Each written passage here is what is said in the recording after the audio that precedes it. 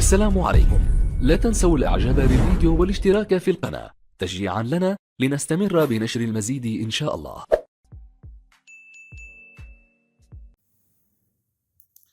بجد أنا بشكر الأيام وألف شكر على الظروف، واللي كان فعله كلام، واللي قال بكرة نشوف، واللي خان وما استناش، واللي بينكر في المعروف، واللي شاف بعينه دلعنا، واللي فجأة سابنا على الرفوف، واللي فارق بدون ودعنا وكنا معاه يا دوب ضيوف، واللي كان زمان حبيبنا باعنا بيده وجال ظروف، ونزعل ليه انه سابنا ما هو جابها في الظروف.